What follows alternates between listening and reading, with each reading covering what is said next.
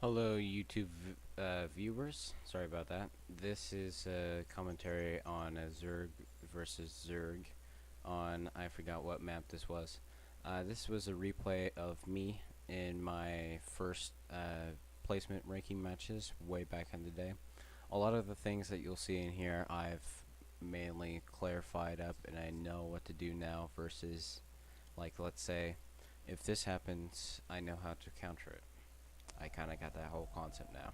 So I was trying Zerg after playing Protoss. I like Protoss, I like the way that it works. Terran, it was okay for me. Terran's more of a standard thing if people want to go into that and kind of get their overall concept. Campaign's also good for that. What my opponent was doing was a 6 pool and thinking that I was just simply gonna die. I faced this many times before because people think this is cool. This is also called the cheese tactic for those people that didn't know. Pretty much, you send 6 Zerglings out to the other team, destroy their mineral line, destroy their base, end of story. But, so if you see there, I probably should have put my spawning pool in the back of the mineral line. It was a bad decision on my part, once again.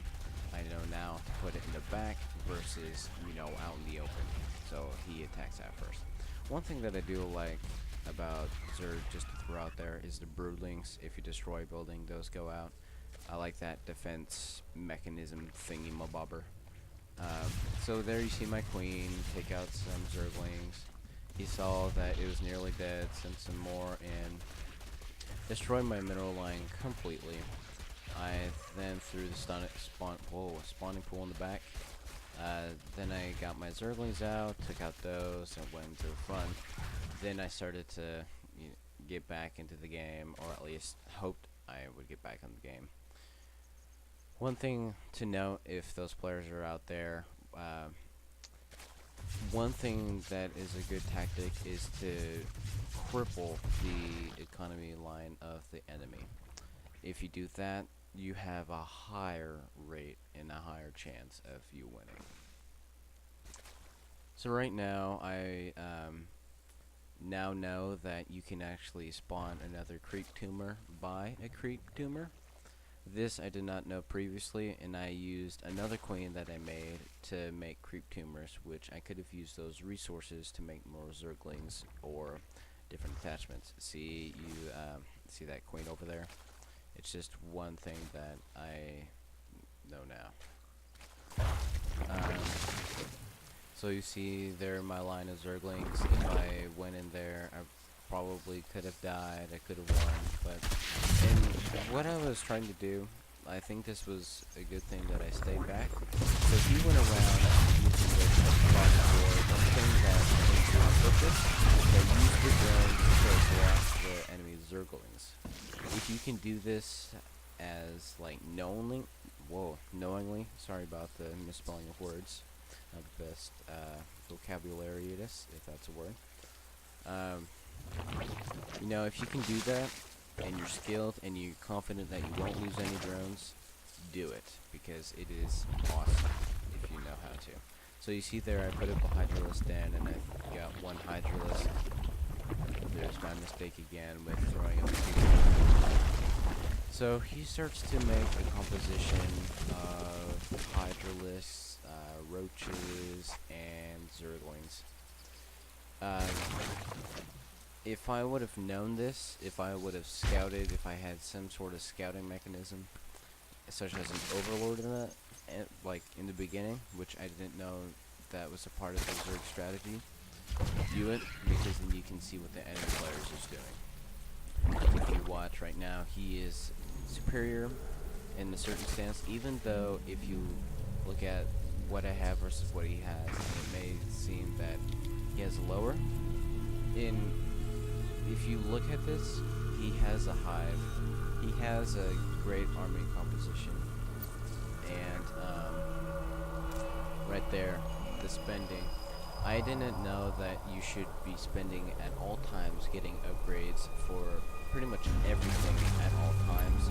I thought that, I have this under control. I defended him back. I can do this. So I started to not spend. I should have known better. If you saw his production right there, he is spending all the time and getting resources all the time. One thing that he didn't do is expand, which he could have done, and he would have won earlier. So if you see there, I have a drone, and he has a roach, and a Zergling, speed increase, and burrow. This was my mistake. If I would have known back then that you should have been spending at all times, I could have won. But this burrow played a major role in my defeat. So if you, once again I was showing you there that the Greek tumors can produce another one only once, but you can do it like as limited as time as you want. So you need to use your queen for anything. What else? Right now he's making an ultraless cavern. If he would have gotten those out, I would have been dead anyways. There's no way I could have responded to that.